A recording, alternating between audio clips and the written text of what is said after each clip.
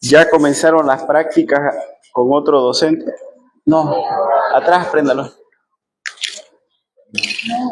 ¿No han empezado con nadie? No. ¿Y cuándo piensan empezar? Siguiente.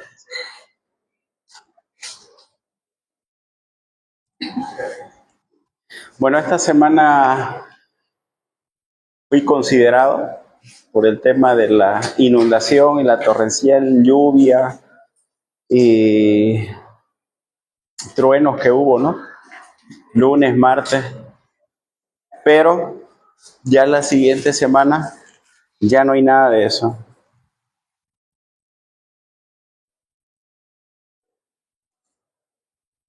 Ustedes saben que a las 5:30 de la mañana yo estoy habitualmente ya despierto.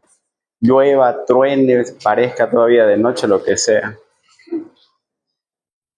Y cuando está tronando, o cuando está cayendo lluvia, ¿no es cierto? Es el mejor momento para orar. ¿Sabían? Bueno, los que lo entienden y lo saben y lo sienten, aprovechen ese momento. Porque para los que algunos es mal tiempo, en el mundo espiritual es buen tiempo. Porque la agua, ¿qué hace en su cuerpo? Cuando ustedes se bañan, ¿para qué se bañan? Limpia, purifica. Todo el medio ambiente contaminado es agua, es bendición. Y en el mundo espiritual, con tantos tipos de espíritus que hay inmundos, pues entonces esa agua agarra y purifica también la atmósfera.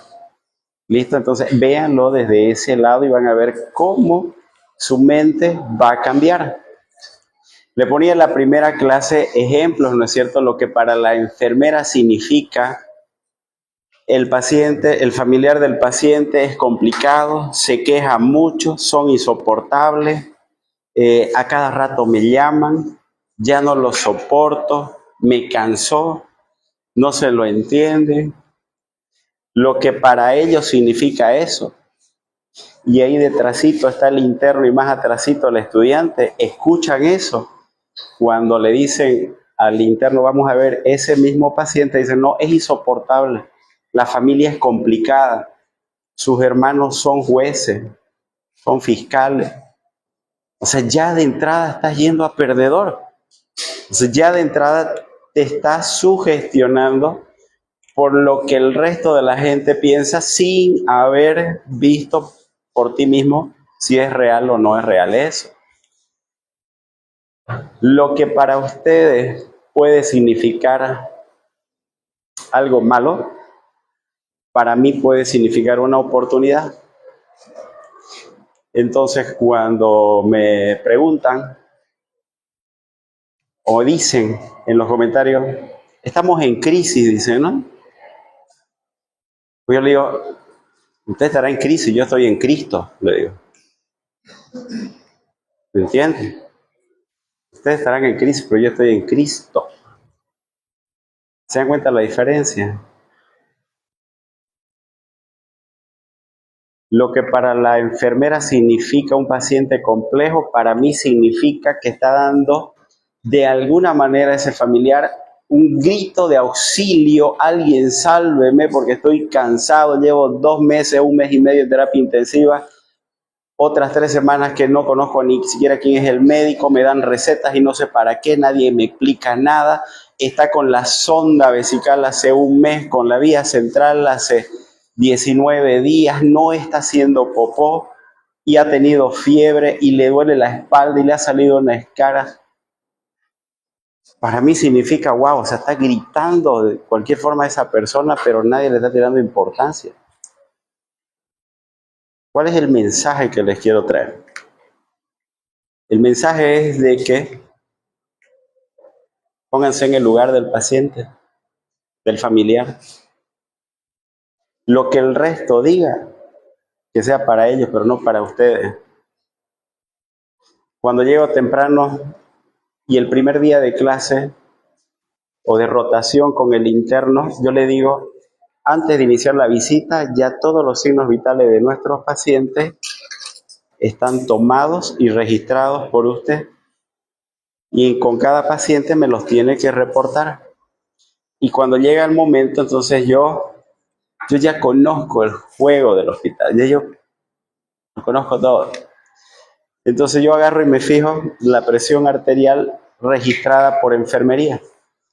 Y le pregunto al interno, ¿le tomó su presión? Sí, ¿cuánto está? 116,78. Y la enfermera, 116,78. ¿Cuánta es frecuencia cardíaca? Y me dicen la frecuencia cardíaca 77 y agarro la enfermera lo mismo. Entonces no me sirve. No me sirve.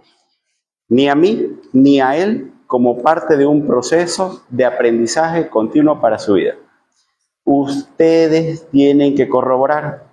Si yo dejo una orden hoy día, ionograma de control, endoscopía digestiva alta, programar hoy, un ejemplo, recoger un urocultivo, porque ya es hoy su tercer o cuarto día, y para mañana eso no está puesto en su historia, pues para mí eso ya no sirve. No sirve, no hay excusa para eso. ¿Ya? Entonces ustedes tienen que comenzar a tener una estructura de mentalidad diferente. Los que me conocen en el hospital saben que para mí, por ejemplo, levanten la mano los que piensan que existe el posturno. No tengan miedo. ¿Hay posturno o no hay posturno? ¿Hay preturno o no hay preturno? Teóricamente sí existen los términos, ¿no es cierto? Antes de ingresar a mi turno y después de un turno. Después de un turno, ¿cómo está esa persona, ese interno, ese residente? ¿Qué más? ¿Qué más? ¿Qué más? Ya, ya acepto el hambre, con sueño, dice. ¿Qué más? Exhausto. ¿Qué más?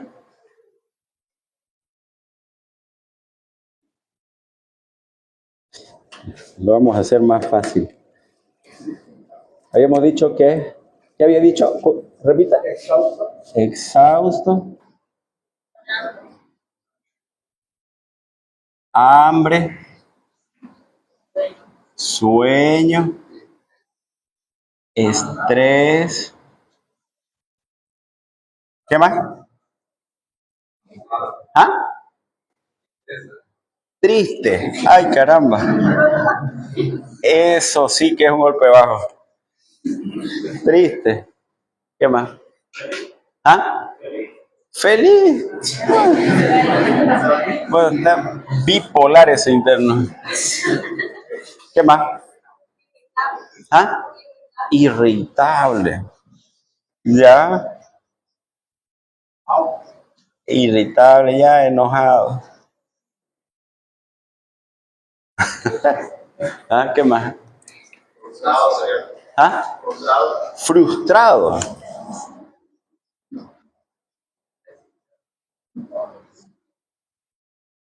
¿Ya? ¿Qué más?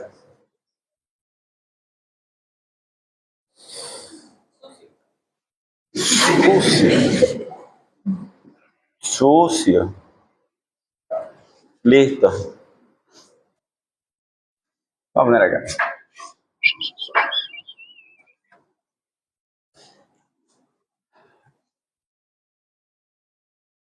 El éxito se compone de dos partes, ¿no? ¿El 90% qué es? Mentalidad, ¿no ves? ¿Sí? Pongámoslo en práctica. Esto es una barrera. Traspasen esa barrera. Por eso que para mí el preturno y posturno no existe. Es un estado mental. Hice internado, hice medicina interna, hice un año de terapia intensiva Y de ahí puro turnos y turnos y turnos. Y cuando llegué acá a Santa Cruz trabajaba en 9 hospitales, entre hospitales y clínicas. En 9. Literal. Estuve así como 3 años. Turno lunes, turno es martes, miércoles y encima las clases en la Gabriel. Daba clases en la Gabriel, en la Unifran, en la Udabol, en la Evangélica, trabajaba en el Seguro Universitario, en la Caja, en Los Pocitos, en Hamacas, no sé dónde más. 9 lugares, literal. ¿Se cansa el cuerpo? Si lo permitís, ¿no? Entonces, imagínense ustedes recién van a comenzar el internado. Internado, residencia, y después recién comienza lo bueno. ¿No ves? Y ya están comenzando así, antes de tiempo. Pregunto, ¿no? Entonces, por lo tanto, para mí, cuando llegaban mis jefes en aquel entonces, me decían, ¿y usted cuándo hace turno? Anoche hice. Pues no parece, me decían. Yo lo veo igual que ayer cuando pasamos visita. Obviamente era el mismo color de pijama, pero era otra, ¿no? Obviamente. Pero entonces era que yo me autoprogramaba. Yo me autoprogramaba. Y entonces hasta el post-turno, hasta las 7, 8 de la noche, que acababa mi rutina el otro día, en la noche, llegaba a mi casa a las 9 de la noche, literal, me bañaba, comía y me dormía hasta las 3. Y de 3 a 4 y media a estudiar y de ahí otra vez irse al hospital. Mis horarios de estudio siempre fueron la madrugada. ¿Quién te va a molestar en la madrugada? ¿Quién? Todos están durmiendo. Pero cuesta ser parte del 1%, ¿no? El año pasado hicimos retos interesantes con sus compañeros. Lo llamamos, por si alguien lo escuchó, el reto cortisol. Le sacamos provecho al cortisol. Entonces pasábamos clases virtuales cuando habían algunos temas por los cuales no se podía pasar acá, a las 4 de la mañana. ¿Verdad? Y pregunta a ver si alguien se quejó de dirección académica. El doctor está pasando eso. No era obligatorio. El que quería estar ahí y sentir lo que significa activar su cortisol a esa hora, bañadito, peinadito y bien sentadito. Si no, ¿para qué va a entrar? No va a entrar así con lagañas y todo, ¿no? No sirve eso. Literal, de 4 a 5 y media, porque hasta esa hora yo estoy, y de ahí ya el desayuno y todo lo demás, y de ahí al hospital yo de corrido. De corrido. Yo me duermo normalmente entre las 11 y media, 12 de la noche todos los días. Porque de 11 a 12 y media, de 11 a 12 y media de la noche reviso mis pendientes del día siguiente. O estoy revisando, o estoy leyendo la Biblia. ¿Me entienden? Entonces, eso es autoprogramación. Siempre menciono algo. ¿Esto qué es? Este es un círculo, ¿no es cierto? Este círculo es lo mismo que este círculo. Sigue siendo un círculo, ¿no es cierto? Esto se llama zona de confort. ¿Cómo es tu zona de confort?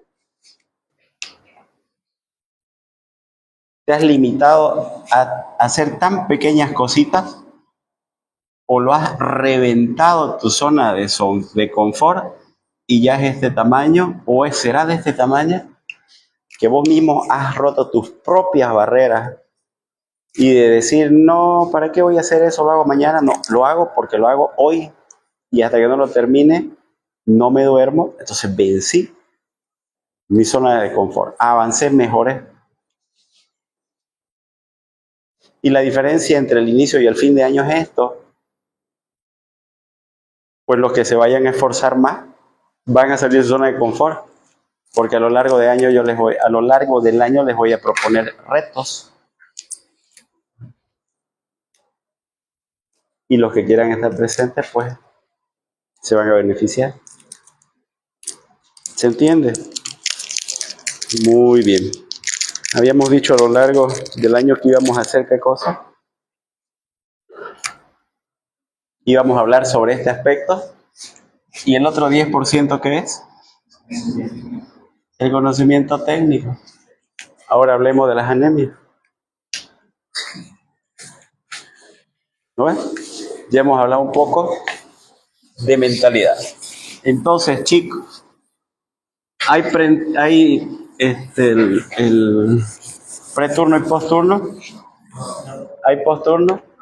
No existe, ¿no es cierto? Es un estado mental. Yo debo vencer mis propias barreras. No es que no pueda hacer las cosas, sino que yo mismo me pongo los propios obstáculos para poder avanzar. Yo mismo, no, la situación está difícil, no, que el presidente, no, que no hay dólar, no, que no hay combustible, no, que no hay comida. No, yo mismo estoy poniendo barreras. Entonces, si no hay eso, pues son problemas de ellos, pero no míos. Entonces, si yo quiero, pucha, entonces con una fuente de ingresos no me va a alcanzar, entonces tengo que ver la forma de generar dos. Pero ahora tengo que esforzarme más y trabajar más inteligentemente. Todos en el mundo, ¿cuántas horas tienen al día?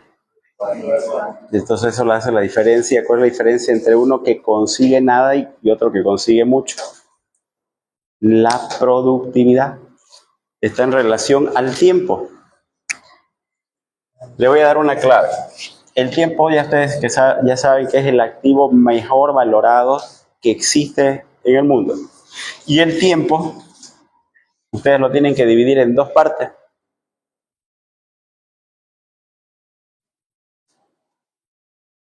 Tiempo reactivo y tiempo productivo. Aquí está el problema. El tiempo reactivo a todo dice en sí. Vamos a comer pollo, vamos a comer hamburguesa, vamos allá, ¿querés ir? Hay esta fiesta, hay esta reunión. A todo le dicen sí. Contestan el WhatsApp, el Facebook, el Instagram, a todo. Y al final cuando acordaste de todo el día y aparte que te despertás a las 7 de la mañana y te dormís a las 8 de la noche, ¿no es cierto? Entonces tenés tantas horas en la noche sin hacer nada. ¿Te la pasás cuánto tiempo a lo largo del día con tiempo reactivo? ¿Y cuánto verdaderamente de tu tiempo es productivo? Hoy día tengo que hacer 15 cosas y no me duermo hasta realizar las 15 cosas que me propuse. Imagínense si cada día leyeran un tema de medicina interna. Comenzamos en marzo y terminamos en noviembre, 9 meses, 9 por 3, 27, 270 temas deberían salir sabiendo. Si leyeran un tema por día. ¿Cierto? Entonces, eso sería un tiempo productivo. Entonces, defino, ¿no es cierto?, un plan, defino una meta, esa meta la convierto en objetivos, esos objetivos los voy a poner en tiempo y esos tiempos comienzo a ejecutarlos. Y voy midiendo a corto, mediano y largo plazo. Y una meta tiene que ser medible. Si no trabajan ustedes en su tiempo productivo, créanme que no va a haber resultado. Quien vaya a saber poquito más de medicina interna es porque ha invertido más en su tiempo productivo y menos en su tiempo reactivo. Es la realidad. Sabiendo eso, vamos a entrar al segundo grupo de las anemias. Habíamos hablado que las anemias... A ver, ¿quién me define anemia? Menos de los que ya han repetido mucho, menos tú. A ver, a ver quién cae, dónde cae, dónde cae, dónde cae. Tú, el de lente. Defina anemia. Rapidito.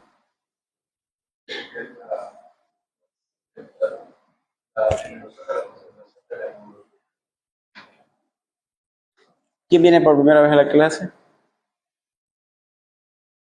Defina anemia.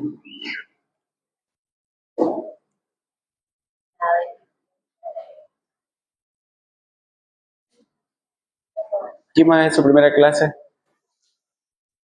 Defina anemia.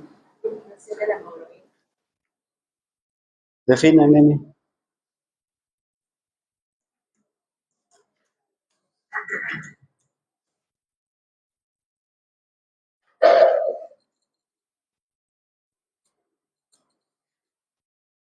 En la escala del aprendizaje, si yo vengo repasando un tema, luego estoy dentro del tema y luego llego a la casa y vuelvo a repasar el mismo tema, está demostrado que en 6 meses retengo el 80%.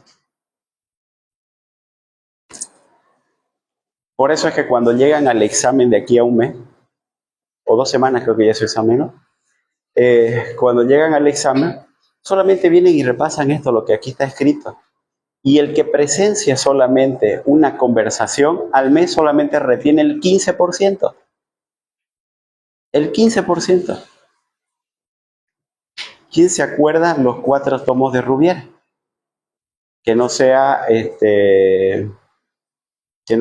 auxiliar de anatomía, obviamente. Nadie, ¿no es cierto? Nadie. Entonces, tienen que acostumbrarse siempre a venir repasando el tema que se va a dictar, escucharlo el tema y volverlo a repasar cuando lleguen a su casa.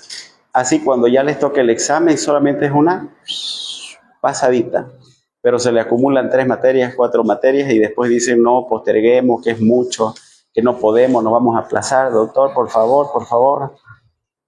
Comienzan a ponerse en ese circuito. No, no es así el juego. ¿Ya? A ver, entonces, de los que han venido a la anterior clase, levante uno la mano que me dé la definición correcta de anemia. Vamos, rapidito. Eso. ¿Cómo?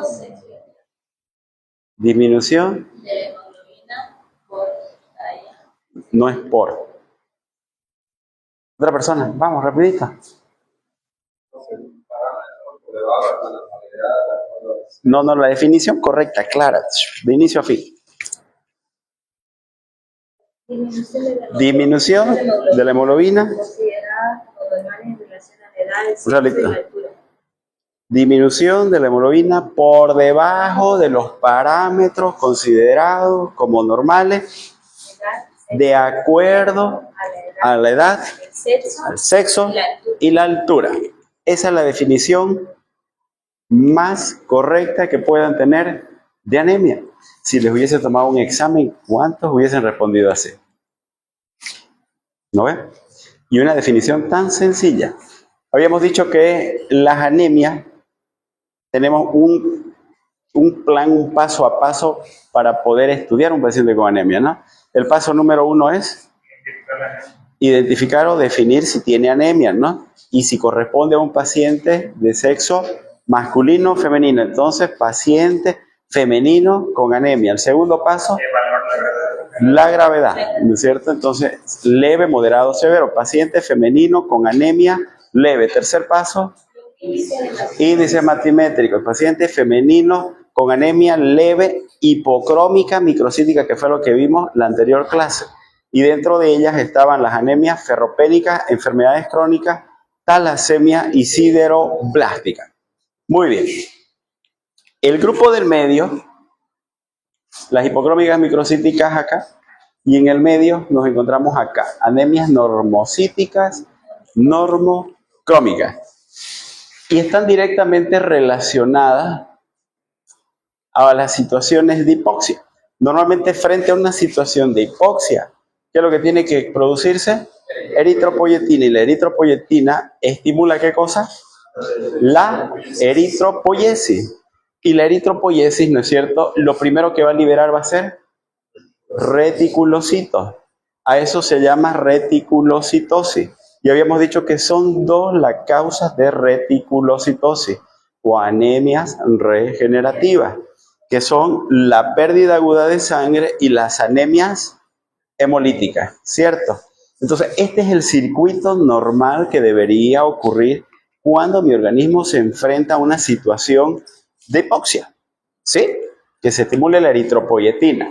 Aquí, ¿quién es el principal comandante que tiene que dirigir todo? La eritropoyetina tiene que responder a un estímulo. La eritropoyetina, listo. Ok, entonces, cuando hay una deficiente eritropoiesis, a raíz de que no hay quien lo estimule, a raíz de la eritropoyetina, es decir, hay una insuficiencia de la médula ósea, van a provocar las anemias normocíticas normocrómicas. ¿Qué significa? De que si hay poca o escasa eritropoyetina, va a haber poca o escasa eritropoiesis. Por lo tanto, va a haber poco o escaso reticulocitos. Por lo tanto, va a haber poco o escasos glóbulos rojos.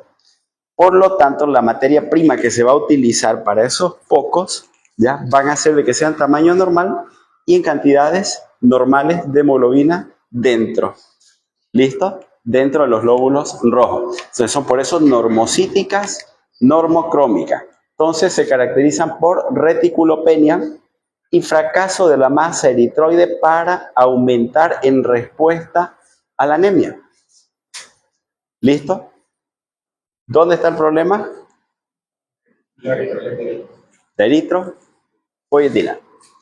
Habíamos dicho ya en base a este cuadrito, ¿no?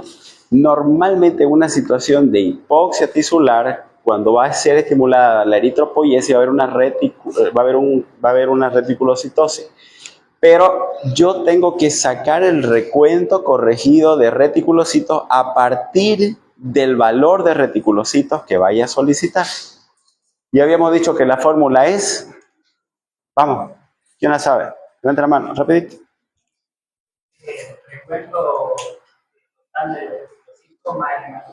No es más. O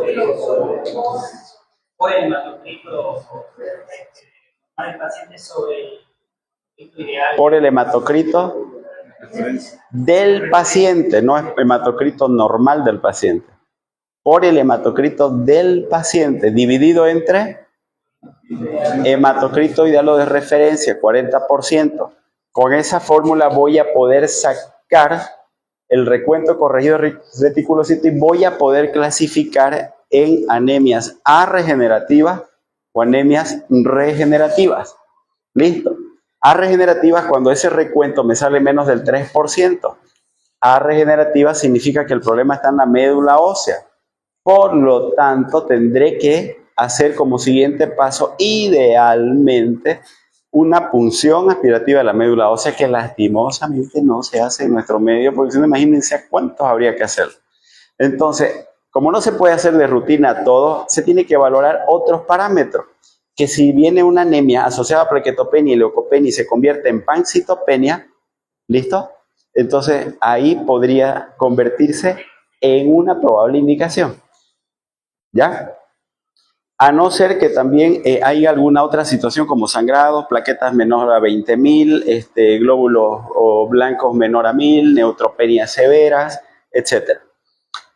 Cuando el problema de la anemia normocítica normocrómica por regeneración se debe a la médula ósea, las causas pueden ser aplasia medular, mielodisplasias o mieloptisis. La mieloptisis es un cambio en la arquitectura dentro de la médula ósea por otro tipo de tejido que ha invadido ahí. En otras palabras, metástasis. ¿Listo? Bien, y por otra parte está con una médula ósea normal. Y acá vienen todos los procesos inflamatorios. Entonces, ¿cómo yo hago para saber en primera instancia? Primero que no va a haber más que una sola línea celular, en este caso la roja, que está afectada. Y de base tiene que haber algún proceso inflamatorio que yo esté viendo que me pueda justificar esa anemia. Tiene tuberculosis, tiene VIH, tiene una colagenopatía, ¿ya? Tiene obesidad. ¿La obesidad será una enfermedad? ¿Es un estado de inflamación la obesidad? Tiene osteomielitis, tiene hipoluminemia, tiene desnutrición, tiene insuficiencia hepática, tiroidea, cardíaca, endocarditis, cualquier tipo de proceso infeccioso agudo, subagudo o crónico puede generar una anemia inflamatoria. De ahí que las anemias inflamatorias son la segunda causa de anemia a nivel mundial. Y la primera anemia en los pacientes hospitalizados son las anemias inflamatorias. La primera causa de anemia a nivel mundial vendría a ser la anemia ferropénica, que ya lo vimos eso en la anterior clase. Y en los pacientes internados, vuelvo a decir, es la anemia inflamatoria. Casi todos los pacientes que ingresan al hospital vienen por un proceso inflamatorio de base. Ejemplo, ¿qué es una neumonía? Rapidito. Vamos. ¿Qué es una neumonía? Proceso inflamatorio, infeccioso del parénquima pulmonar. Infeccioso, inflamatorio. ¿Sí? La mayoría, igual, las infecciones urinarias, las gastroenteritis, todo lo que denote alguna alteración en mi anatomía o en mi funcionamiento va a generar una inflamación. Significa que vivimos inflamados nosotros todo el tiempo. Y es verdad, es verdad. Bien, miren esto es interesante porque vamos a comprender ahora lo que es la fisiopatología de las anemias normocíticas normocrómicas. ¿Qué diferencia hay entre este glóbulo rojo y ese? Uno está fuerte, ¿no? ¿Y este? Ya está viejito, ¿no es cierto? Bien. ¿Cuánto vive un glóbulo rojo? Eso, entonces este es un glóbulo rojo que va a vivir todo ese tiempo. Y este, el de acá, se envejeció más rápido. Se acortó su tiempo de vida media.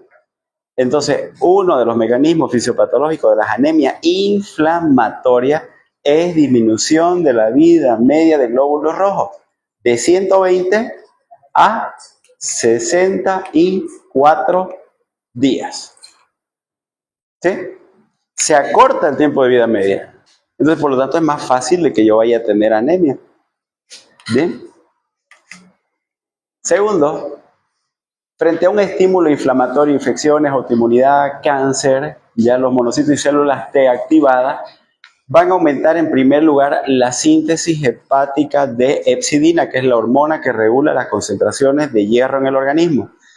Entonces, cuando se sabe que está lleno, ¿no es cierto?, mis reservas de hierro en mi organismo, en el hígado, que es la ferritina, se manda un estímulo dentro del hígado para que se produzca interleucina 6 y la interleucina 6 va a liberar hepcidina y la hepcidina actúa en 3 niveles, habíamos dicho, ¿no? En el hepatocito, en el enterocito y en el macrófago del sistema retículo endotelial. Y entonces ahí hay una compuerta que se llama ferroportina y se estimula y dicen, bueno, aquí cerramos doble y ya no se absorbe más hierro a nivel de las vellosidades intestinales ¿dónde se absorbe el hierro? Duodeno, ya no se absorbe más hierro en el duodeno, ya no sale más hierro de acá del hígado y el que está ahí dentro del vaso se queda ahí retenido dentro del vaso. ¿Listo? Eso es lo que ocurre normalmente. Pero cuando otra situación diferente a una situación fisiológica activa anticipadamente a la hepcidina, entonces va a ir a bloquear anticipadamente, ¿no es cierto?, al intestino, al hígado y al vaso para que ya no se absorba más hierro. Primero, entonces, de por sí, mi glóbulo rojo de 120 a 64 días. Y cuando estoy alimentándome bien, llega el hierro a nivel del intestino y ya está bloqueado. No hay cómo se me vaya a absorber entonces hierro. Entonces ya voy con dos mecanismos que están camino hacia una anemia, ¿cierto? Entonces acá, por el tema de la hepcidina, en tercer lugar, la inhibición de la eritropoyetina, inhibición de la proliferación eritroide, aumento de la hemofagocitosis, disminución de la vida media de los glóbulos rojos, y estos son las interleucinas inflamatorias, y entre ellas la principal, la interleucina 6, la 1 beta, ya el factor de necrosis tumoral alfa y los interferones. Que más nos interesa es que está relacionado a la interleucina 6.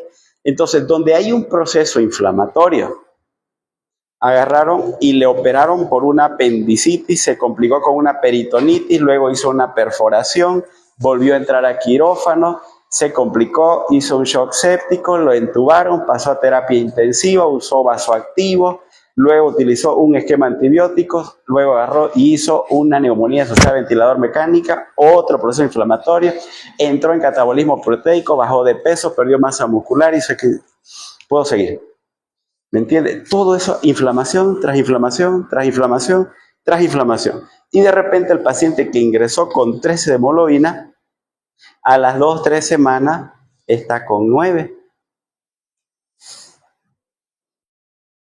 Por tanta inflamación, disminución acortada de la vida media, etc.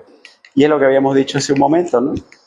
El mecanismo en los 3 lugares donde va a actuar esta molécula que se llama hepcidina, lo que está aquí en verdecito y lo que están acá en celestito son las ferroportinas que se van a cerrar las compuertas en esos 3 niveles: enterocito, hepatocito y el macrófago.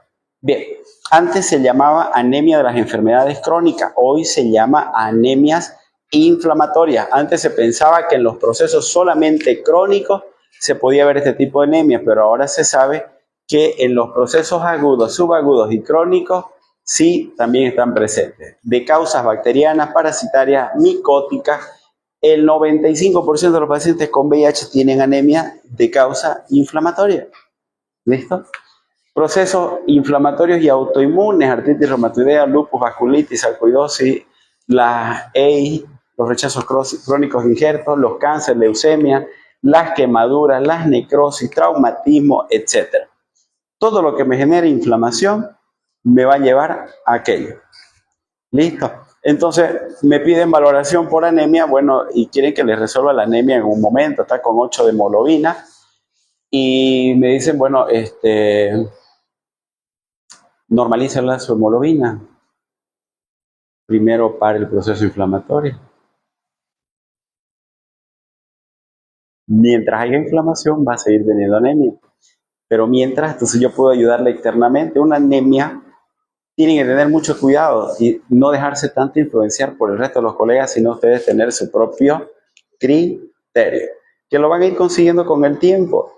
Van a ir teniendo seguridad en ustedes mismos y esa seguridad va a hacer que se vea reflejada en el que el resto de sus colegas perciban a ustedes seguros y con criterio, hasta el punto que ya después no van a tener problemas. Yo antes me enfrentaba en el 4º piso de la Caja Nacional a todos los lobos viejos marinos de los cirujanos urólogos, plásticos, cirujanos generales, cardiovasculares, traumatólogos, a todos los que es el área quirúrgica. Y yo era el jefe del servicio transfusional. Y yo era el que iba y les anulaba sus indicaciones de transfusiones. Pero ¿y por qué? Y que no sé qué, pero en mi experiencia sí, pero su experiencia de acuerdo al nivel de evidencia es 12, significa que no es aplicable a la práctica clínica. Entonces tienes que responder con fundamento también. Muchos le van a decir, en mi experiencia, y ustedes si han leído, ¿no es cierto?, los niveles de evidencia, ¿cierto? Saben que el nivel de evidencia 2C corresponde a la experiencia del profesional. Por lo tanto, ese nivel de experiencia no es aplicable al paciente. En cambio, el nivel de evidencia 1A, wow, grandes estudios multicéntricos, aleatorizados, randomizados, doble ciego, etc. Eso sí son aplicables al paciente. El estreptococo beta hemolítico del grupo de Lanciel responde a los beta-lactámicos, grado de evidencia 1A, y aquel que me diga la lasquinolona, o aquel que me diga a los aminoglucósidos. No, pero en mi experiencia el aminoglucósido responde muy bien con el estreptococo. Me comprenden lo que les quiero decir, ¿no? Entonces van a tener mucho cuidado cuando les pidan a ustedes valoraciones así. ¿Cuáles son las características de las anemias inflamatorias? Los datos clínicos no son característicos, son los mismos de una anemia común y corriente. Son parte de un síndrome anémico. Y acá les voy a poner otro dato importante. Resulta de que hubo un tiempo en el que los mismos residentes y algunos colegas se acostumbraron a decir, saben que tienen que traerse su agüita, ¿no? ¿Quién ha traído su agua? Hidrátense.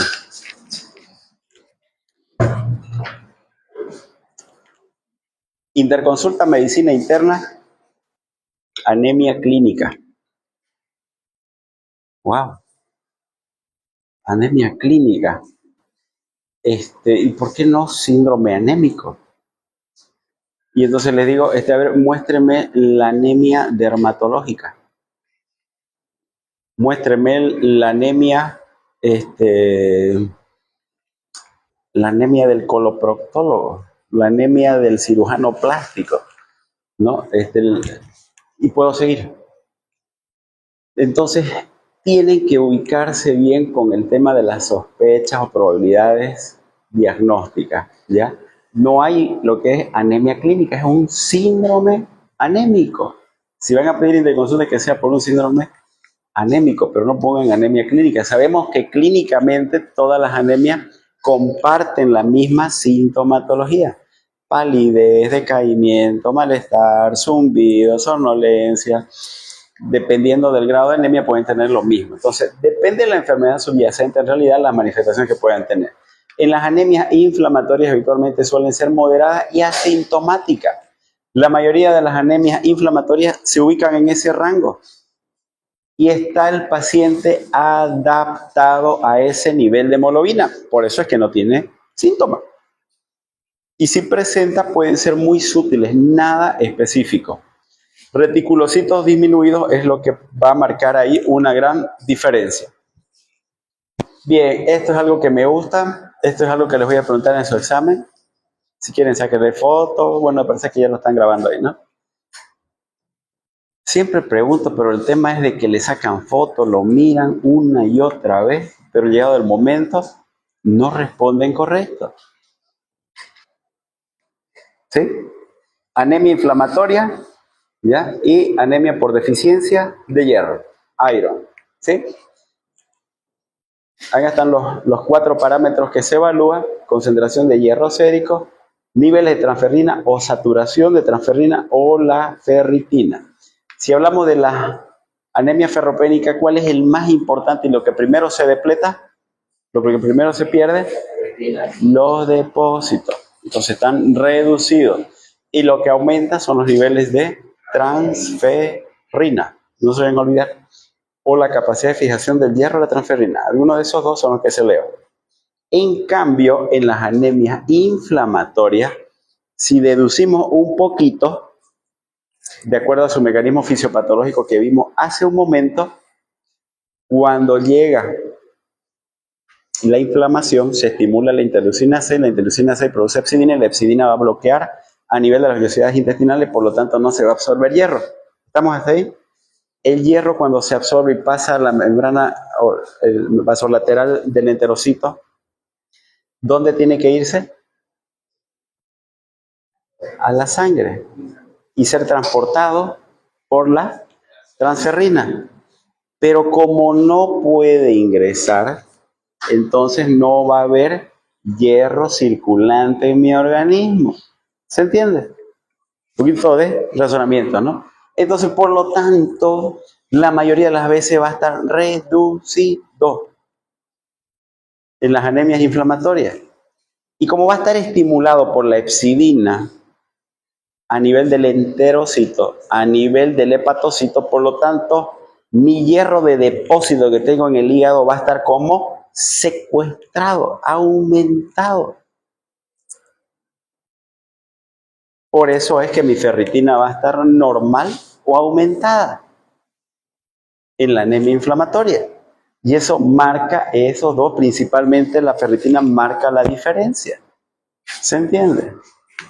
Los niveles de transferina pueden estar reducidos normal y la saturación reducido o normal. Quien marca la diferencia acá es los niveles de transferina y la ferritina.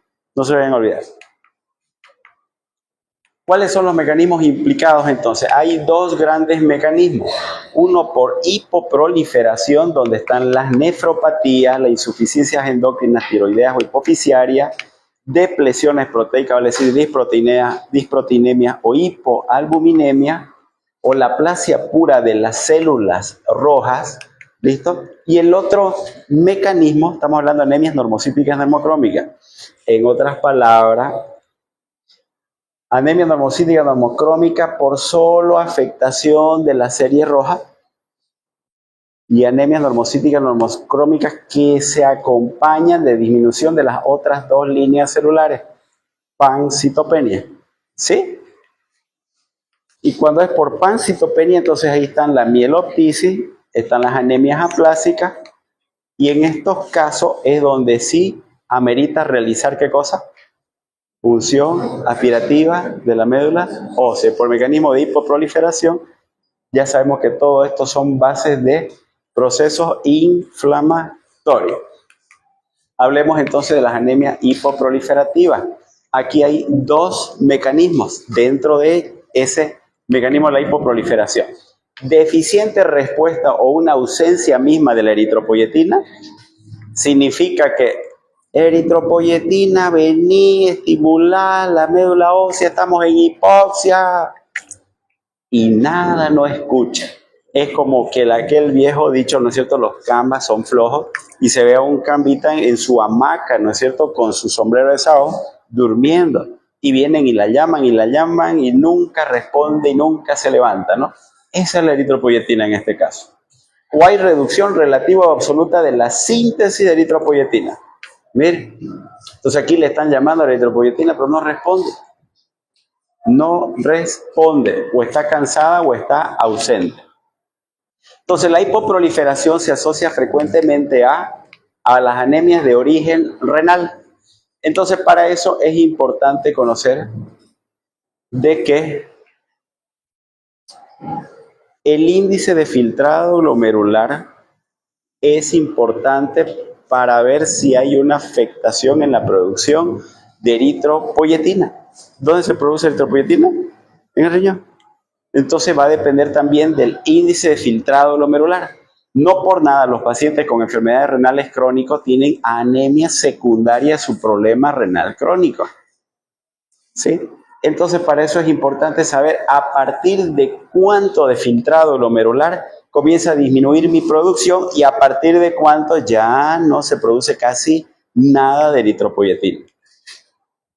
Entonces, con menos de 60 de filtrado glomerular comienza a afectarse la producción de eritropoyetina y con menos de 45 es evidente, todos ya tienen anemia de causa renal.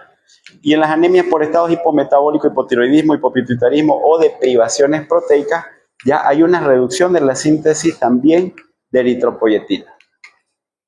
La T3 y T4 estimulan la producción de eritropoyetina y si no hay hormonas tiroideas, no hay eritropoyetina. Bueno, lo que acabo de mencionar hace un momento, menos de 60 se afecta, pero a partir de menos de 45 ya se hace más evidente. ¿Listo? Las anemias por estados hipometabólicos se asemejan a los de los estados de hipoeritropoyetinemia de las nefropatías crónicas.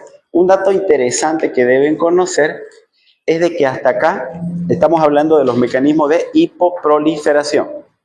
Problemas renales, problemas metabólicos y problemas de privaciones proteicas, ¿cierto? Hemos hablado de tres.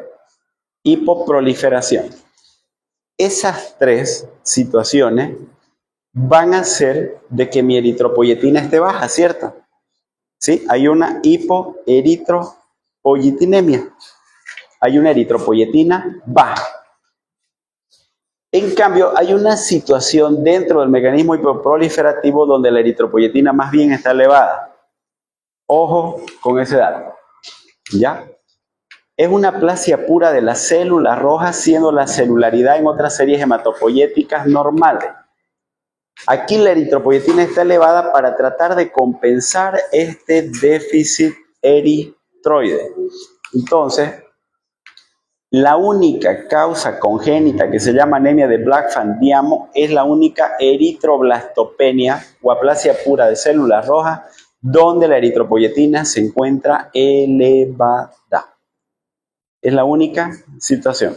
Hay eritropoyetina elevada, pero no responde dentro de la médula ósea para producir buena cantidad de masa eritroide.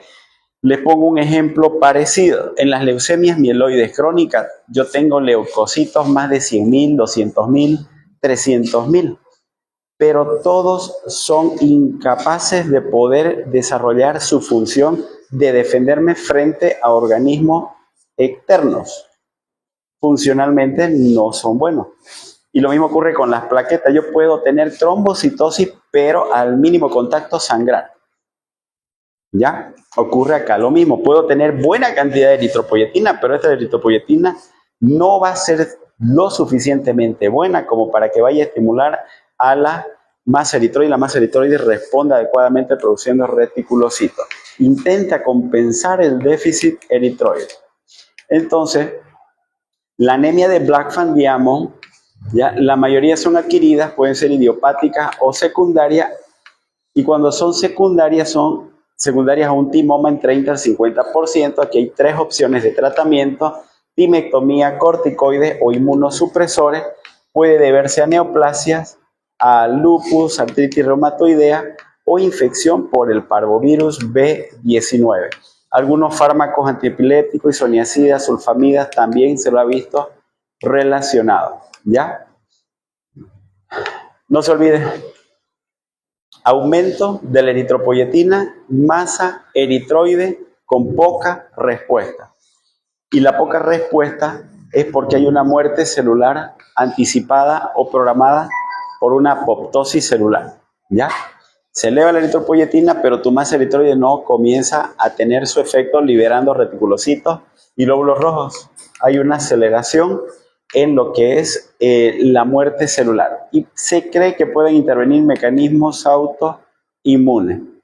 Esta anemia de Blackfan Diamond se manifiesta ante los 18 meses de vida y, al igual que las anemias de Fanconi, se asocia por alteraciones cromosómicas y trastornos físicos.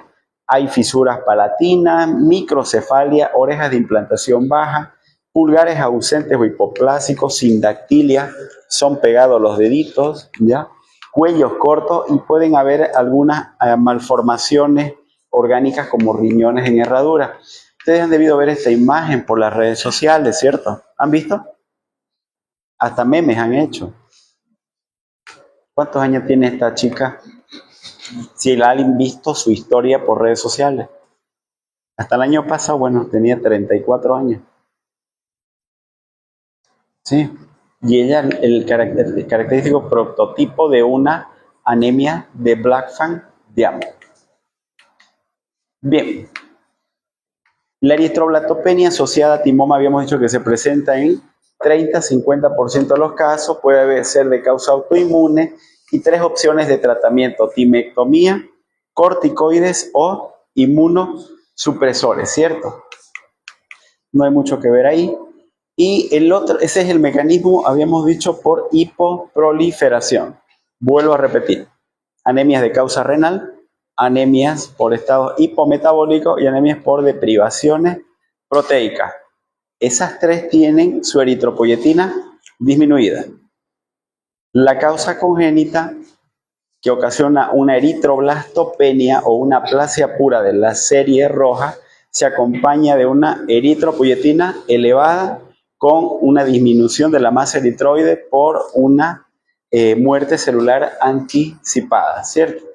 Bien, y acá está el otro grupo, que son el mecanismo de la pancitopenia.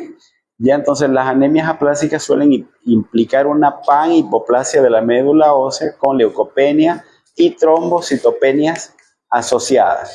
50% de los casos de anemias aplásicas son idiopáticas y ocurren a menudo en adolescentes o adultos jóvenes.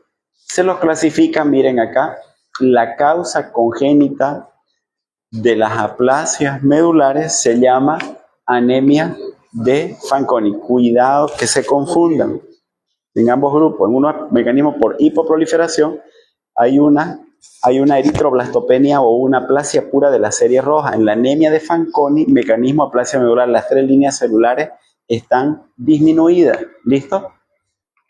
Luego la causa adquirida, que es la mayoría, causas idiopáticas, 50% de los casos pueden ser, hablando de aplasia medular, ¿no?, por radiación, mecanismos autoinmunes o procesos infecciosos, parvovirus B19, Epstein-Barr, hepatitis C, citomegalovirus etcétera. O algunos fármacos, AINES, corticoides, antibióticos, y de estos el cloranfenicol.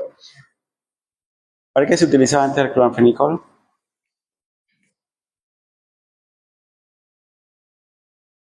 ¿Para qué se utilizaba el cloranfenicol antes? ¿Ah? ¿Quién sabe? Para la fiebre tifoidea. Antes se lo utilizaba para la fiebre tifoidea, el cloranfenicol. Y resulta de que en aquel tiempo, por el año sería pues 83, 84, obviamente yo recién naciendo, ¿ya? Pero lo que describe la literatura, había mucha fiebre tifoidea y utilizaban el cloranfenicol por ese motivo. Y veían que los pacientes hacían pancitopenia y aplasia medular, por lo tanto, y dejaban de darle este medicamento. Y los pacientes a veces se complicaban y otras veces no, ¿ya? Pero después con el tiempo vieron que las probabilidades de que haga aplasia medular por cloranfenicol son bajitas. Entonces volvieron a reintroducirlo. Hasta para una neumonía es tan bueno este medicamento que casi ya ni siquiera lo usan porque ya cada vez van apareciendo nuevas generaciones de antibióticos, ¿ya? Sin embargo, tiene sí su asociación. ¿Listo? Otros factores tóxicos ambientales, el benzol, las gomas, pinturas, barnices, insecticidas o causas metabólicas, pancreatitis, embarazo, aunque es muy raro.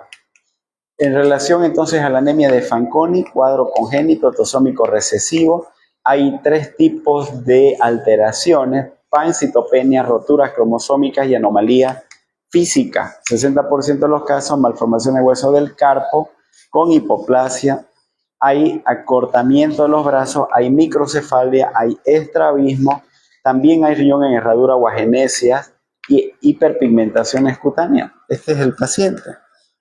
¿Qué le parece la vista? Los ojitos. Hay un estrabismo, ¿no es cierto? Hay dedos hipoplásicos, hay problemas de agenesia renal o también hipoplasia renal o agenesia también con estenosis esofágica. ¿Listo?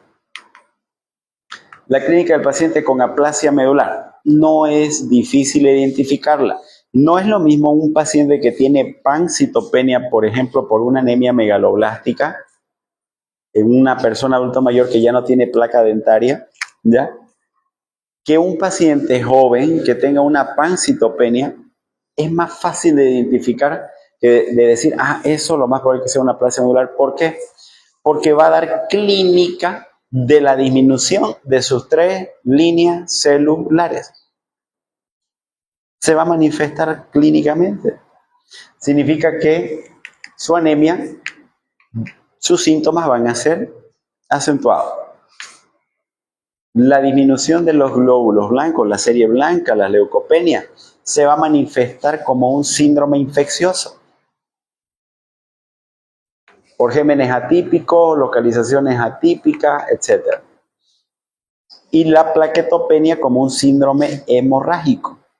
Entonces, por lo tanto, puede haber desde petequias hasta hemorragia cerebral. Paciente que esté sangrando con anemia y esté con leucopenia severa y esté con fiebre, me asusto. ¿Me entienden? Entonces, el diagnóstico habitualmente tendría que ser una biopsia de la médula ósea, ya que esta prueba permite el diagnóstico diferencial de las pancitopenias. Siempre el tratamiento es suprimir la causa y siempre que se pueda, si se identifica cuál es la causa, pues suprimir el agente causal. Lo otro es hacer tratamiento de soporte hematológico, que consiste en corregir la anemia, leucopenia y trombocitopenia. Toda anemia que sea agudizada con inestabilidad hemodinámica, bueno, será un soporte transfusional. Si el paciente está sangrando con menos de 50.000, menos de 30.000 plaquetas, tendré que transfundirle plaquetas. Si el paciente está con leucopenia y hay datos de un síndrome infeccioso, pues tendré que aislarlo, pancultivarlo, iniciarle antibióticos, porque eso es lo que lo puede llevar al otro lado al paciente. Y si el paciente va a ser sometido a un trasplante alogénico de progenitor hematopoyético, debe transfundirse lo menos posible para no sensibilizarse. En todos los hemocomponentes habitualmente vienen proteínas y leucocitos que pueden hacer reacción contra el receptor, o sea, con quien va a recibir ese paquete globular. Entonces eso puede ser un problema al momento de querer hacer un trasplante de la médula ósea para los rechazos de los trasplantes medulares. Mientras menos se transfunda, mucho mejor. Es por eso que hay opciones que se llaman transfusión de paquetes globulares, por ejemplo, de glóbulos rojos lavados, ¿ya? O desleucocitados también que se llama. Los centrifugan hasta que solamente quedan glóbulos rojos y se cercioran de que no haya ningún otro tipo de proteínas o partículas leucocitarias, porque esos son los que van a causar las reacciones en los pacientes. En caso de infección, entonces no esperaremos inicialmente el resultado del hemocultivo. Y acá hay varias opciones. Es sencillo. Tengo una neutropenia severa, se interna, se hace aislamiento, se pancultiva y se inicia antibiótico. Inicio antibiótico cubriendo gram positivo, negativo y anaerobio. Y entonces ustedes pueden ver ya las combinaciones que les sean necesarias. No puede utilizar una ceftazidima con una micacina tranquilamente. Primer punto. Segundo, si al tercer día continúa con fiebre, voy a iniciar un antiestafilococo exclusivamente, vancomicina. Y si a partir del quinto día, a pesar de estar con esos 3 tipos de antibióticos, continúa con fiebre, antifúngico. Un simple virus, una simple gripa, a estos pacientes los puede complicar la vida. Ya entonces de ahí la importancia del aislamiento, de la protección, de la restricción lo más que se pueda de los familiares y bueno, estar bajo vigilancia estricta. Tratamientos específicos, si la aplasia es grave, tratamiento de elección trasplante halogénico o a partir de médula ósea siempre que el paciente tenga menos de 40 años y un donante que sea compatible. Con estas circunstancias existe la probabilidad de un 70% de que haya respuesta al tratamiento. Hay otras opciones, ¿no? Como la globulina antitimocítica si las causas son por un timoma, ¿no? O uso de inmunosupresores con corticoides para tratar de suprimir esa respuesta. Ahora, hay otras aplasias medulares donde se puede dar factores estimulantes de colonia multilineal, que es el filgastrin, lo hablamos en la primera clase. Ya en los casos de aplasia medular o aplasias que son secundarias, por decirles, a radiación o quimioterapia, sí se puede hacer uso del filgastrin. Recién hemos iniciado a un paciente que, bueno, lamentablemente falleció a los días. Mieloptisis es una anemia por ocupación medular y eso igual lo hemos comentado hace un momento, una anemia causada por infiltración o sustitución del espacio medular normal por células normales o anormales. Y acá pueden haber neoplasia maligna hematológica o neoplasia maligna no hematológica. Aquellas que son hematológicas, bueno, están acá las leucemias, mieloma, metaplasias, etc. Y las que son no hematológicas son de otros lugares que van a ir a invadir a la médula ósea, entre ellos en el varón, ¿en dónde está la próstata? Acá está próstata, en la mujer, mama, en ambos sexos, pulmones, en orden de frecuencia, estómago, riñón, glándula suprarrenal y tiroides. Listo, entonces siempre estar bien atento. Ahorita, por ejemplo, estamos en el estudio de un paciente que tiene una anemia moderada, normocítica, normocrómica, con pérdida de peso de 20 kilos y una fosfatasa alcalina de 2000, siendo lo normal alrededor de 100, ¿ya? Y que tiene un perfil hepático normal. Entonces, agarro y pregunto ahí cuál es la causa por la que tiene el señor esta anemia. Y aparte tiene también leucopenia y las plaquetas alrededor de 140.000. Y le pregunto cuál es la causa de su anemia. Y comienzan a decirme otras cosas. Entonces, ahí me están dando una luz que es la fosfatasa alcalina. La fosfatasa alcalina se produce en 3 lugares en el varón y 4 en la mujer. En el varón se produce en los canalículos biliares, en el colon y en el hueso. Y en la mujer el 4.º lugar vendría a ser el útero. ¿Sí? Entonces no hay problemas con la vesícula, no hay problemas de estreñimiento, pero sin embargo, por la edad y la anemia, listo, y la pérdida de peso, estoy obligado también a descartar un CA de colon o un CA de estómago. Y en tercer lugar, ya, descartar de que no haya una metástasis por ser varón de la próstata hacia la médula ósea. Salió su ecografía renovesico-prostática, hiperplasia prostática grado 3 con calcificaciones.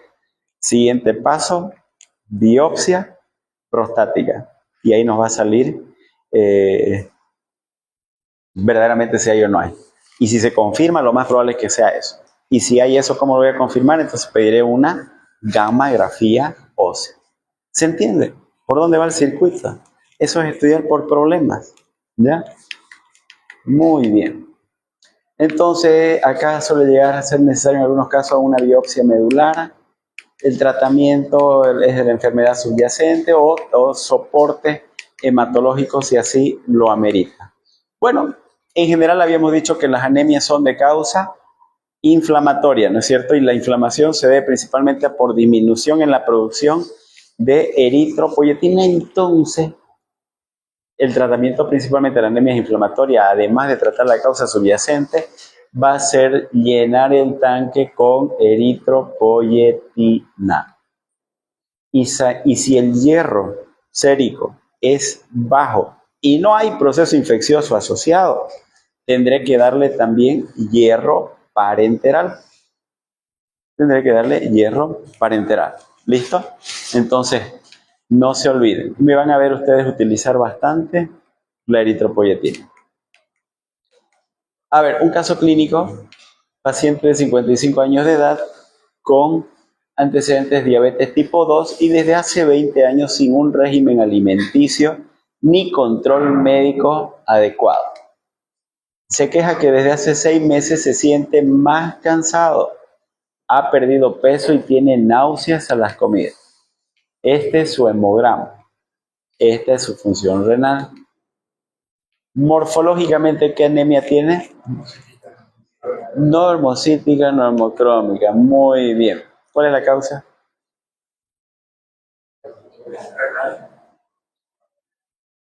¿Por qué renal? ¿Cuánto está su filtrado glomerular? Porque les dije que depende del filtrado glomerular, no de la ureola creatinina. El valor de la creatinina depende de la creatinquinasa. La creatinquinasa masa está en el músculo. Entonces, puede ser muy subjetivo. ¿Qué tal que sea un físico-culturista donde su creatinina normal sea 1.5, 1.7? Que no es lo mismo que una abuelita de 90 años que pese 30 kilos y su creatinina normal sea 0.3.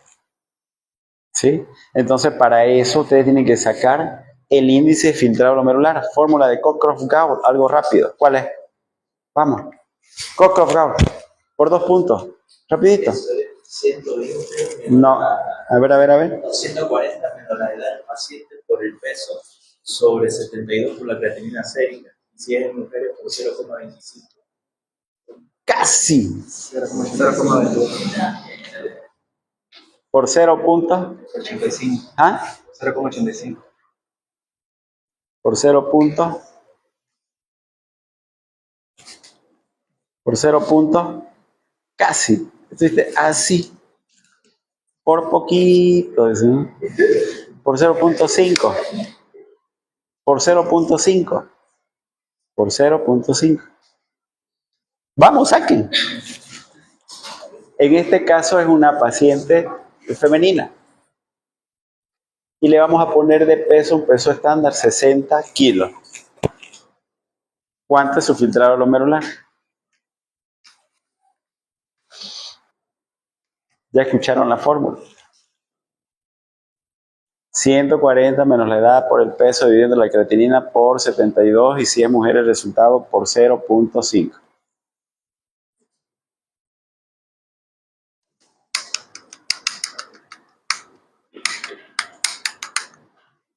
¿Cuánto le salió?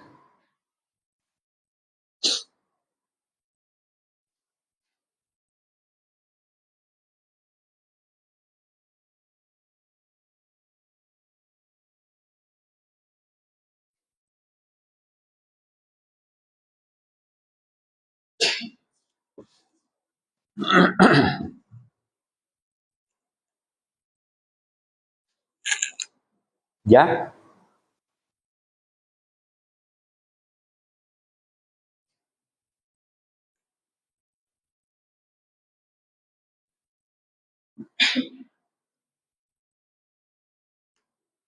Vamos. Coco. 14,165. Ya, 14. Entonces, por lo tanto, la causa de la anemia es de origen renal. Así se tiene que hacer documentando. ¿Ya? Muy bien. Entonces, ¿el tratamiento cuál va a ser de su anemia? Eritropoyetina. Bien. Y en este caso, mujer de 33 años de edad con peso de 95 kilos y talla 1,65, antecedentes de ser diabética hace 5 años. Y desde hace 2 meses hay decaimiento físico, exagerada sensibilidad al frío, caída del cabello y trastornos menstruales. Esto reportó su hemograma y esto reportó su función renal. ¿Qué tipo de anemia tiene? Normocítica, normocrómica. ¿Causa de la anemia?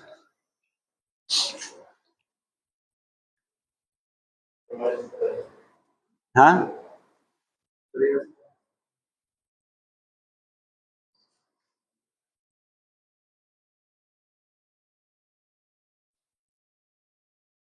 Va. A ver allá en la zona sur. ¿Qué dice la zona sur? Nada.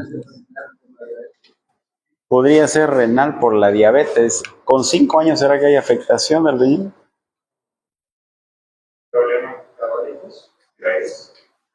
Ah, ¿por qué tiroides?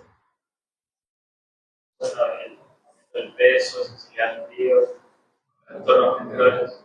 Eso es propio de hipotiroidismo. Muy bien. Hipotiroidismo. Estamos hablando entonces de estados hipometabólicos.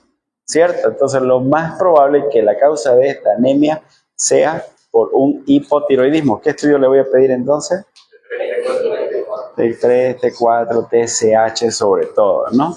Esos son los laboratorios y de imagen podrían pedir una ecografía tiroidea. Femenina de 35 años de edad, talla 1,60 m y un peso de 57, acudió a la consulta debido a la aparición de datos clínicos de anemia, ¿dice acá? Y tos crónica. Este es su hemograma. Orina, urea, crea perfil tiroideo proteico en parámetros normales. El estudio de imagen mostraron un tumor grande en el lado derecho del hemitórax, dependiente del mediastino, de bordes debidamente definidos y de apariencia sólida. Y el aspirado de médula ósea reveló una aplasia pura de la serie roja. ¿Cuál es? A ver, clasifiquen la anemia. Normocítica normocrómica, ¿no? Severa normocítica normocrómica. ¿Cuál podrá ser la sospecha diagnóstica? Metástasis en mediastino.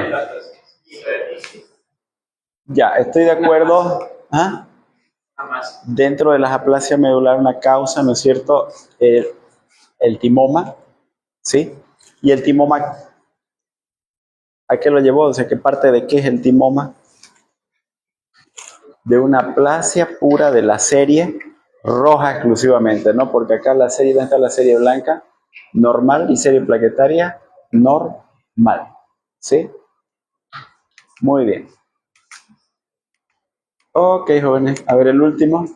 Paciente de 45 años de edad con cuadro clínico de anemia con antecedentes consumo de cloranfenicol durante 10 días por cuadro de fiebre tifoidea hace 3 meses. Y el hemograma muestra una anemia normocítica, normocrómica, glóbulos blancos, ¿cómo están? Disminuido, plaquetas. En una sola palabra, pancitopenia. Entonces, lo más probable es que sea una aplasia medular medicamentosa por uso de cloranfenicol. Entonces se hizo una punción aspirativa de la médula ósea y el mielograma reportó una hipocelularidad en todas las líneas celulares. ¿Listo? ¿Cuál será el tratamiento ahí? Suprimir, ¿no es cierto?, el fármaco.